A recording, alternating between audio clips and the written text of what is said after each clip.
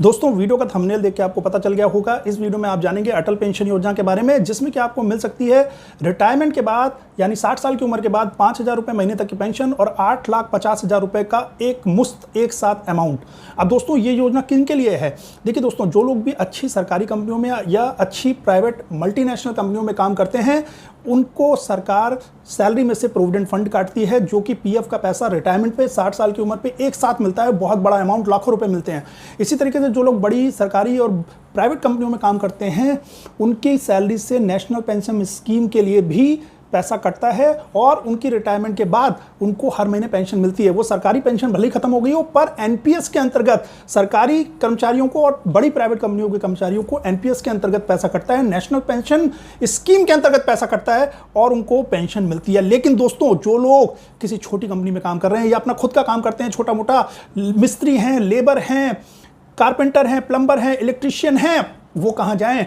उनका तो ना कोई पीएफ कटता है, ना उनका कोई नेशनल पेंशन स्कीम में पैसा कटता है। तो उन्हीं के लिए दोस्तों सरकार लेके आई है अटल पेंशन योजना। अटल पेंशन योजना में दोस्तों आपको एनरोल करने के लिए आपकी उम्र जो है वो 18 साल या उससे ज़्यादा होनी चाहिए, लेकिन 40 साल से उम्र कम होनी चाहिए। दोस्तों याद रखना, 40 साल से उम्र कम होनी चाहिए। और पैसा आप जब सरकार को देना शुरू करोगे, वो आप जिस भी उम्र में एनरोल करोगे उससे लेके जब तक आप 60 साल के नहीं हो जाते तब तक आपको सरकार को पैसा देना है। लेकिन सरकार को आप बहुत कम पैसा दोगे और सरकार आपको बहुत ज़्यादा पैसा लौटाएगी। इसकी कैलकुलेशन मैं आपको आगे दिखाऊंगा। लेकिन अभी क्वेश्चन ये आता है कि भाई मान लीजिए मैंने पेंशन लेना शुरू किया, 60 साल की उम्र हो गई, उसके बाद मुझे पेंशन मिलनी शुरू हुई हर महीने 5,000 की, लेकिन मेरी मृत्यु हो गई 5 साल बाद, 65 साल की उम्र में मर गया, तो क्या होगा दोस्तों? तो आपकी पत्नी को पेंशन मिलेगी। और अगर पत्नी के नाम पे स्कीम ले रखी है तो पत्नी की मृत्यु के बाद पति को पेंशन मिलेगी जब तक पति जिंदा रहेगा। तो पति पत्नी एक दूसरे के बाय डिफॉल्ट नॉमिनी है, यानी पति की मृत्यु होने के बाद पत्नी को, पत्नी की मृत्यु होने के बाद पति को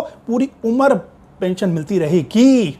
उसके अलावा दोस्तों, अब जो मैंने 8,50,000 रुपये का अमाउंट बताया है वो कब मिलेगा, वो किसको मिलेगा? दोस्तों मान लीजिए जैसे आपने ये स्कीम ली अपने नाम पे, आपने पेंशन उठाई 5 साल 65 साल की उम्र में जाके, मान लीजिए किसी कारणवश आपकी मृत्यु हो गई बुढ़ापे में, फिर आपकी पत्नी को पेंशन मिलती रही जब तक वो जिंदा थी। मान लीजिए वो 4 साल और जिंदा रही, उन्होंने पेंशन उठाई, लेकिन 4 साल बाद उनकी भी मृत्यु हो गई बुढ़ापे में 69 की एज में।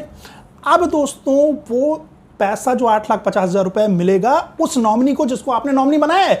जैसे आपने अपने बेटे को नॉमिनी बना दिया, अपनी बेटी को नॉमिनी बना दिया, तो पति और पत्नी दोनों की मृत्यु होने के बाद पति पत्नी तो पहले पेंशन उठाते रहे, पहले पति ने उठाई, पति की मृत्यु हो गई, फिर पत्नी ने पेंशन उठाई, पत्नी की मृत्यु हो गई, फिर उसके बाद जो उनका नॉमिनी था यानी उनका बेटा या बेटी, उनको 8,50,000 रुपये एक साथ मिल जाएंगे। अब दोस्तों देखिए, इस स्कीम में 4-5 ऑप्शन है आपके पास कि आपको कितनी पेंशन उठानी है। इसमें 5 ऑप्शन है। या तो आप 1,000 रुपये महीने की पेंशन के लिए अप्लाई कर सकते हैं, 2,000 रुपये महीने, 3,000, 4,000 और 5,000।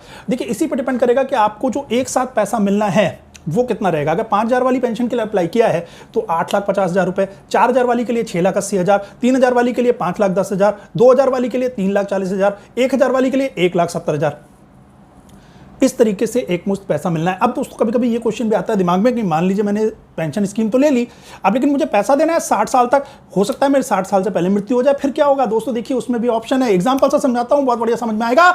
मान लीजिए आपकी 55 साल में मृत्यु हो गई, पैसा जमा करते करते 5 साल बचे थे पैसा जमा करने के लिए। अब आपकी पत्नी के पास 2 ऑप्शन है, या तो अगले 5 साल पैसा जमा कर दे, उसके बाद पेंशन उठाए और फिर पत्नी का नॉमिनी जो है वो एक साथ मिलने वाला 8,50,000 उठाए, या फिर आपकी पत्नी ये भी कर सकती है कि वो सरकार को बोले कि भाई 55 साल तक मेरे पति ने पैसा पे किया है, 55 साल की उम्र तक, और इस समय जो भी पेंशन का आपका टोटल अमाउंट बन रहा है वो 8,50,000 से थोड़ा कम होगा, वो आप मुझे दे दीजिए, मैं इस योजना से ऑप्ट आउट कर रही हूँ, यानी इस योजना से बाहर निकल रही हूँ। अब देखिए दोस्तों, इस योजना में पेमेंट करने के लिए भी 3 तरीके सरकार ने बता रखे हैं। पैसा आपके बैंक अकाउंट से कटेगा, सेविंग बैंक अकाउंट से कटेगा, इसलिए सेविंग बैंक अकाउंट होना चाहिए आपका, क्योंकि जिस बैंक में आपका सेविंग बैंक अकाउंट है उसी बैंक में आपकी अटल पेंशन योजना का अकाउंट खुलेगा और पैसा ऑटोमेटिकली आपके बैंक अकाउंट से कटेगा। इसमें 3 ऑप्शन दे रखे हैं, या तो आप हर महीने का पैसे कटवा सकते हैं, या साल में 4 बार, या साल में 2 बार। देखिए दोस्तों, कई बार लोगों के पास इकट्ठे पैसे नहीं होते हैं देने के लिए, तो वो चाहते हैं कि छोटी छोटी अमाउंट कटता रहे हर महीने, तो उसके लिए हर महीने भी कटवा सकते हैं, मंथली भी साल में 4 बार कटवा सकते हैं यानी हर 3 महीने पे, और साल में 2 बार भी कटवा सकते हैं, हर 6 महीने पे एक साथ पैसा भी कटवा सकते हैं। अब दोस्तों मैं एक चीज़ आपको बताना चाहूँगा, वैसे मैंने आपको बताया कि इस स्कीम के लिए उम्र है 8 से 39 साल, लेकिन जितनी जल्दी आप इस योजना में एनरोल करेंगे उतना कम पैसा सरकार को देके आप 5,000 रुपये की पेंशन और 8,50,000 रुपये प्राप्त कर सकते हैं। दूसरी चीज़ दोस्तों, आप प्लान अगर मंथली लेंगे तो थोड़ा सा ज़्यादा पैसा देना पड़ेगा। अगर आप साल में 4 बार पेमेंट करेंगे तो थोड़ा उससे कम देना पड़ेगा। अगर आप साल में 2 बार पेमेंट करते हैं, ये चूज़ करते हैं कि सरकार को मैं 2 बार में पैसा दूंगा साल में थोड़ा इकट्ठा करके, तो उसमें आपको और कम पैसा देना पड़ेगा। इसके लिए दोस्तों एक चार्ट है, वो चार्ट मैं भी आपको स्क्रीन पर दिखा रहा हूँ, उसको ध्यान से देखिए।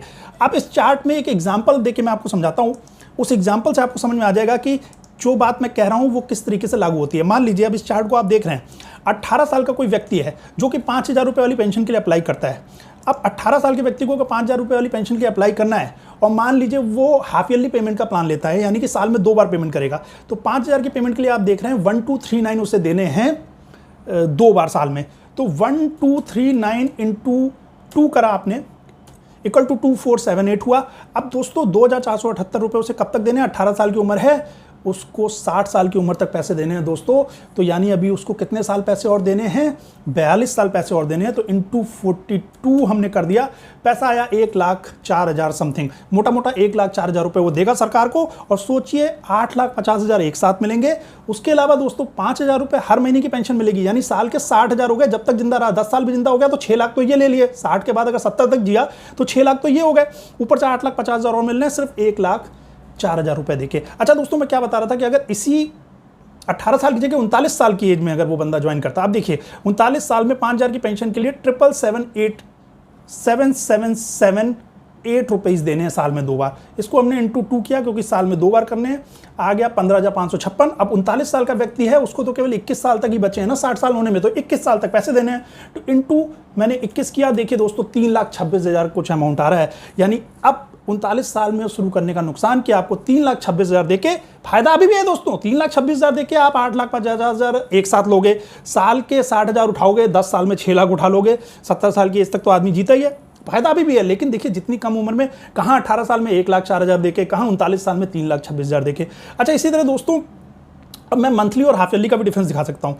आपने 18 साल की एज में हाफ ईयरली प्लान लिया तो आपको साल के कितने देने पड़ने? 1239 इंटू 2, जो कि हो रहे हैं 2,478 रुपये। अच्छा, अब यही अगर आप मान लीजिए मंथली वाला प्लान लेते हैं 5,000 के लिए, तो 210 रुपये दोस्तों आपको महीने के देने हैं। अब 210 रुपये अगर आपको महीने के देने हैं तो साल के कितने हो गए दोस्तों? 2,520 रुपये। तो यहाँ पे आपके 2,520 रुपये हो रहे हैं, और इससे पहले जो हमारा अमाउंट था वो 2,400 समथिंग हो रहा था। तो इसमें भी थोड़ा सा दोस्तों डिफरेंस आ रहा है। यहाँ 2,520 हुए, पहले हमने 1239 इंटू 2 किया था तो हमारे 2,478 हो रहे थे। 2,478, 2,520, थोड़ा सा डिफरेंस आ रहा है इसमें, हाफ ईयरली, मंथली और क्वार्टरली पेमेंट में। तो दोस्तों आशा करता हूँ वीडियो आपको समझ में आया होगा। कोई भी क्वेरी है इसके अलावा पीछे कमेंट सेक्शन में पूछिए, मैं रिस्पॉन्स दूंगा। वीडियो पसंद आया वीडियो को लाइक कीजिए, वीडियो को ज़्यादा से ज़्यादा लोगों के साथ शेयर कीजिए, और चैनल को सब्सक्राइब करके सब्सक्राइबर बढ़ाइए ताकि ऐसी वीडियो आपके लिए और लेके आता रहूँ। थैंक यू दोस्तों, अपना ख्याल रखिए, वेट कीजिए नए वीडियो का। Thank you.